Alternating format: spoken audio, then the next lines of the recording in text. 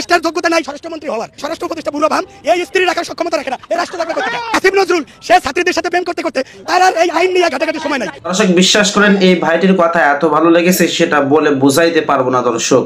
দর্শক এই ভাইটি 18 কোটি মানুষের মনের কথা বলেছে। দর্শক এই ভাইটির কথা আপনারা সত্যবানের সাথে সাথে দর্শক এই সচিবালয়ে আগুন লাগা নিয়ে সাংবাদিক ইলিয়াস হোসেন ভাই সহ অন্যান্যরা কি বলেছে সেটা আপনারা দেখতে পাবেন। তাই দর্শক সম্পূর্ণ দেখবেন এবং বেশি বেশি শেয়ার করে অন্য কথা শুরু করে দিবেন। চলুন দর্শক আমরা সর্বপ্রথম দেখে আসি এই ভাইটি আগুন লাগা নিয়ে কি বলেছে। একজন খুনি হাসিনা রাত 3টার পরে উনি তাহাজ্জুদের জন্য জাগেন, তো জাগার পরে কি তাহাজ্জুদ পড়েন এই জাতি জানে উনি কোন ধরনের তাহাজ্জুদ পড়েন। আগুনটা কি ওই আল্লাহর ফেরেশতারা এসে ধরাইছে নাকি জিনে? প্রথম দায়ী হলো অথর্ব একটা উপদেষ্টা, আপনি আবার মাইক ঘুরাই নিয়েন না। এই উপদেষ্টার যোগ্যতা নাই স্বরাষ্ট্রমন্ত্রী হওয়ার, স্বরাষ্ট্র উপদেষ্টা বুড়ো ভাম, এই স্ত্রী রাখার সক্ষমতা রাখে না, এই রাষ্ট্র রাখবে কোথা থেকে? আসিফ নজরুল সে ছাত্রীদের সাথে প্রেম করতে করতে তার আর এই আইন নিয়ে ঘাটাঘাটির সময় নাই। জি ম্যাডাম, অঙ্ক খুব সহজ। আমি এটা আপনি হয়তো আমাকে পছন্দ করবেন না সাক্ষাৎকার নিতে, আমি ছোট করে বলি যে এই বঙ্গ মার্কেট আপনার পিছনেই, এটা এখান থেকে 2-1 মিনিটের রাস্তা। রাত 3টার পরে সেখানে আগুন ধরে। আমি মোহাম্মদপুরে থাকি, কৃষি মার্কেটে কোটি কোটি টাকার সম্পদ রাত 3টার পরে তাবলিগের ইন্ডিয়ান পন্থী বাংলাদেশ পন্থীরে রাত 3টার পরে মাইরা 4টা নিহত করে, 200 আহত করে, এবং রাত 3টার পরে যুবলীগের বলা যুবলীগ রাজহাঁস জবাই করিয়া আরেক মহিলাকে রাত 3টার পরে রানতে বলে, না রানলে সকালবেলা তারে আইনা পুরাই দেয় সেই মহিলাকে। এবং রাত 3টার পরে কিন্তু 7 জন খুন হয় জাহাজে, সবই রাত 3 পরে। একজন খুনি হাসিনা রাত 3টার পরে উনি তাহাজ্জুদের জন্য জাগেন, তো জাগার পরে কি তাহাজ্জুদ পড়েন এই জাতি জানে উনি কোন ধরনের তাহাজ্জুদ পড়েন। ওনার তাহাজ্জুদ হলে সচিবালয়ে আগুন দেওয়া। এখানে মিনিমাম 10 কোটি টাকা কোনো আওয়ামী লীগের দোসরকে দেওয়া হয়েছে রয়ের মাধ্যমে, যে তুই সারা জীবনে পাবি কত 1,50,00,000, আর তুই 10 কোটি পাবি, তোর চাকরি বাকরির দরকার নাই, তুই এখানে এই কামটা করে দে, হাসিনাও ফিরে আসুক, রাজার মেয়ে রাজা আবার জনগণরে দিবে সাজা। এই হলো শেখ হাসিনার প্ল্যান। আর কিছু বলতে চাই না, এখানে আমি এখনো ঢুকতে পারবো না। আমি তো দূরের কথা, আপনি বিশাল বড় সাংবাদিক, আপনিও ঢুকতে পারবেন না। তাহলে এখানে আগুনটা ধরে লোকেরা, আগুনটা কি ওই আল্লাহর ফেরেশতারা এসে ধরাইছে নাকি জিনে? নাকি এখানে কারা ধরাইছে? এখানে আওয়ামী লীগের টাকা খাইতে খাইতে খাইতে খাইতে যারা এখন ডাইন নাদ দিয়ে বাম দিয়ে সিগনেচার করে খাইতে পারে না, সমস্যা হয়, নাহিদরা বাধা দেয়। এখন এই জন্য প্রথম দায়ী হলো অথর্ব একটা উপদেষ্টা, আপনি আবার মাইক ঘুরাই নিয়েন না। এই উপদেষ্টার যোগ্যতা নাই স্বরাষ্ট্রমন্ত্রী হওয়ার, উপদেষ্টা হওয়ার। আমাকে যদি স্বরাষ্ট্র উপদেষ্টা করা হয়, আমি 3 দিনে বাংলাদেশকে দেখাই দেব যে কাকে বলে উপদেষ্টা, স্বরাষ্ট্র উপদেষ্টা। আমি বলি এই স্বরাষ্ট্র উপদেষ্টা বুড়ো ভাম, এই স্ত্রী রাখার সক্ষমতা রাখে না, এই রাষ্ট্র রাখবে কোথা থেকে? এই উপদেষ্টা ডক্টর ইউনূস ঠিক আছে, এই উপদেষ্টা আর আসিফ নজরুল সে ছাত্রীদের সাথে প্রেম করতে করতে তার আর এই আইন নিয়ে ঘাটাঘাটির সময় নাই। এদের পদস্থ আরেকটা আছে শয়তান ফারুকি, এরা দিয়ে প্রেম করাইতে মজা হয়। এই জন্য এই ফারুকি এদের উপদেষ্টা না হওয়া পর্যন্ত আগুন সব জায়গায় ধরবে, টিভি সেন্টারেও ধরবে। আমি প্রতিবাদ জানাই, এই উপদেষ্টাদের পদত্যাগ চাই, নতুন উপদেষ্টা করা হোক। এবং এখানে দর্শক এই ভাইটির কথা আপনাদের কাছে কেমন লেগেছে অবশ্যই কমেন্ট করে জানাবেন। সাথে সাথে এই ঘটনার সাথে যারা জড়িত তাদেরকে দ্রুত গ্রেফতার করা হোক একমত অবশ্যই কমেন্ট করে জানাবেন। চলুন দর্শক এবার দেখেছি সাংবাদিক ইলিয়াস হোসেন ভাইয়ের সেই ভিডিওটি। তারপরে সচিবালয়ে অগ্নিকাণ্ডের ঘটনা ঘটলো। তো সেনাবাহিনী সবসময় নিজেদেরকে একটু মানে আইনের ঊর্ধ্বে মনে করে থাকে। আমরা এই প্রবণতা সেনাবাহিনীর অনেক কর্মকর্তার ভেতরে দেখেছি। বিশেষ করে 25শে ফেব্রুয়ারি যে ঘটনা, তারপর থেকে সেনাবাহিনী যেভাবে দেশকে পরিচালনা করছে এবং এখনো পর্যন্ত বিভিন্ন জায়গায় যেভাবে হস্তক্ষেপ করছে, এটা একদমই কারোর কাছে কাম্য বলে মনে করি না।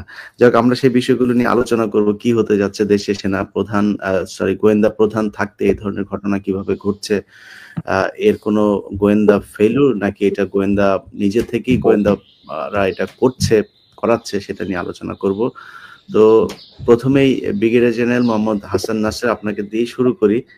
আমাদের সবার মুরব্বী আপনি, তো আমরা সচিবালয় দিয়ে শুরু করি মূল আলোচনাটা।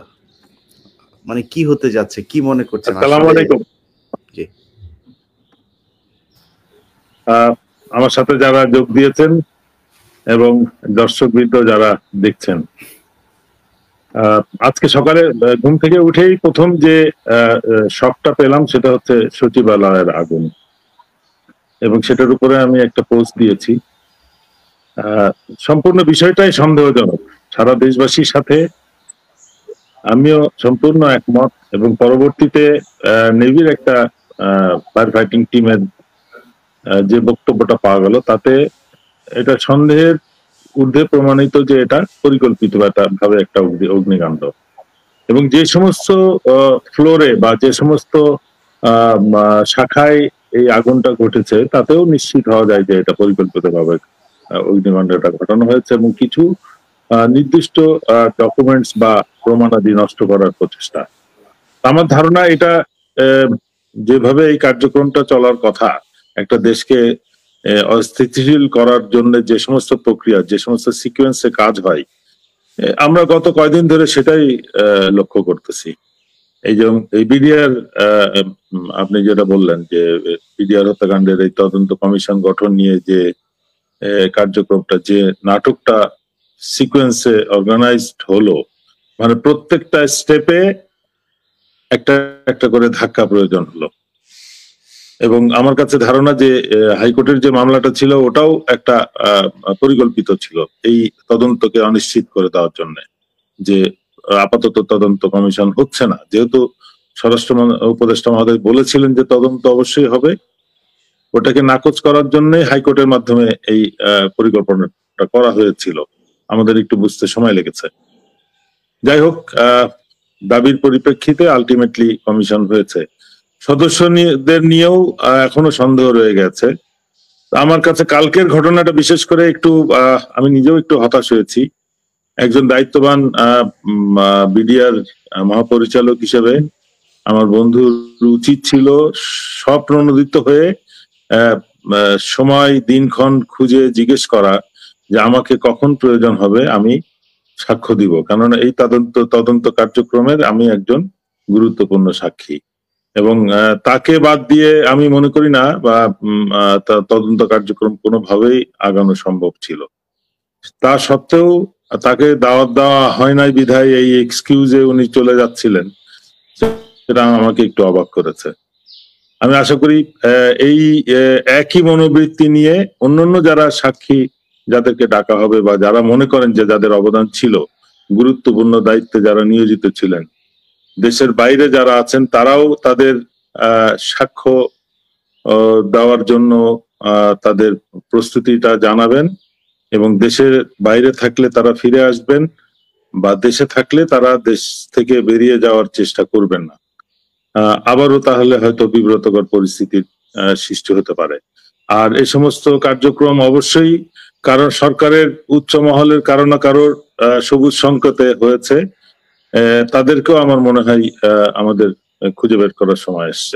দর্শক, সাংবাদিক রাসেল ভাই কত কবিতার কাছে কেমন লেগেছে অবশ্যই কমেন্ট করে জানাবেন। নেক্সট ভিডিও পর্যন্ত ভিডিওটি ভালো লাইক দিবেন এবং বেশি বেশি শেয়ার করে অন্য কাছে শুরু করে দেবেন। আসসালামু আলাইকুম।